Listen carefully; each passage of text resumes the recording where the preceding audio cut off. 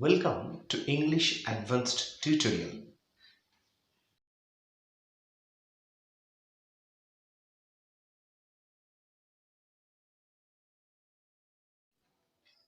একসময় একটা কুকুর রাস্তা দিয়ে যাচ্ছিল।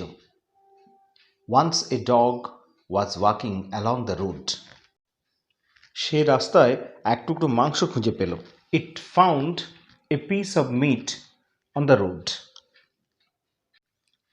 যেতে যেতে সে নদীর জলে নিজের ছায়া দেখতে পেল।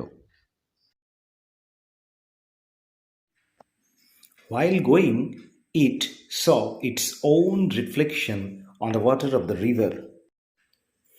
সে তার ছায়া দেখে ভাবল যে অন্য আরেকটি কুকুর তার দিকে তাকিয়ে রয়েছে।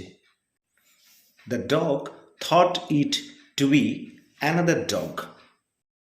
তখন সে ঘেউ ঘেউ করতে গেল। It was about to bark then.